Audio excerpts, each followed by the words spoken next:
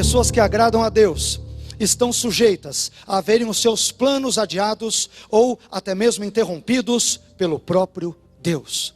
Veja o que diz o versículo 5 de 1 Samuel 1. A Ana, porém, Eucana dava porção dupla, porque ele a amava. Agora, reparem no final do versículo.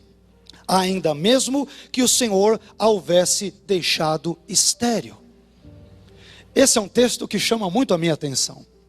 Porque, normalmente, quando algo de ruim ocorre em nossas vidas, quer seja a esterilidade, a impossibilidade de gerar, quer seja a perda de um emprego, a perda da saúde, talvez a perda de um ente querido, situações estas que inevitavelmente nos faz ficarmos ou nos sentirmos tristes, normalmente nós pensamos, isso é obra do maligno. Isso é coisa do diabo. Isso aí tem o dedo do capiroto. É o capiroto que está agindo na minha vida. Talvez isso tenha ocorrido porque eu não dei o dízimo. Talvez porque não tenha frequentado os cultos. Talvez porque não tenha cumprimentado o pastor, né, Samuel, na saída de um culto. Mas nós descobrimos muitas vezes que situações desagradáveis ou os nossos planos, muitas vezes legítimos, eles são adiados soberanamente por Deus. E talvez nós não saibamos por quê, mas se Deus, Ele é quem diz que é, e cremos que Ele é quem diz que é, um Deus onissapiente, onibenevolente, um Deus todo-poderoso, um Deus que sabe exatamente tudo o que faz ou deixa de fazer, Ele sabe o porquê de impedir os nossos planos para começar os dele, porque os planos dele são infinitamente melhores, superiores, mais abençoadores do que os nossos planos, muitas vezes individualistas, mesquinhos, egocêntricos, antropocêntricos e humanos.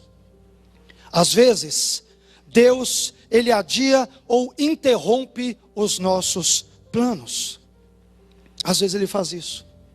É interessante que o mesmo Deus que diz crescei e multiplicai-vos, num determinado momento da história de Ana, Ele não quis que ela fosse mãe.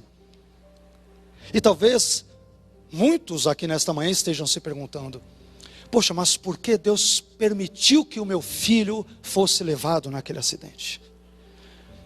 Porque Deus, Ele aceitou que a minha esposa, meu marido experimentasse uma série de adversidades, situações estas que me magoaram, ou porque eu não consegui obter um sonho tão almejado e legítimo como era o sonho de Ana, o sonho de ser mãe. Um sonho, na verdade, na maioria esmagadora das mulheres, um sonho absolutamente legítimo. A questão é que eu aprendo nesse texto que mesmo sonhos e desejos legítimos, como Deus é soberano, eles podem ser adiados, eles podem ser interrompidos. E Deus sabe exatamente por que Ele o faz, ou porque Ele permite que ocorra na nossa vida. Isso, meus queridos, é importante nós falarmos aqui, porque às vezes achamos que quando nem tudo ocorre do jeito que um indivíduo quer, normalmente imaginamos, o sujeito está em pecado, ele está em alguma falha, ele deve alguma coisa, tem culpa no cartório, e não necessariamente aprendemos isso na Bíblia. Às vezes as coisas não ocorrem do jeito que queremos, porque servimos a um Deus que é soberano, e Ele sabe como dirigir a cada um dos nossos passos.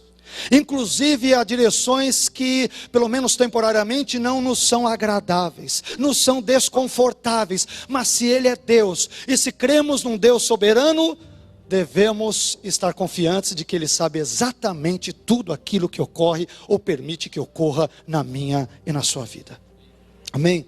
Eu creio que este seja um primeiro ensino, uma primeira lição que aprendemos. Não se preocupe se Deus adiar ou interromper, ainda que temporariamente, os teus planos para começar os dele.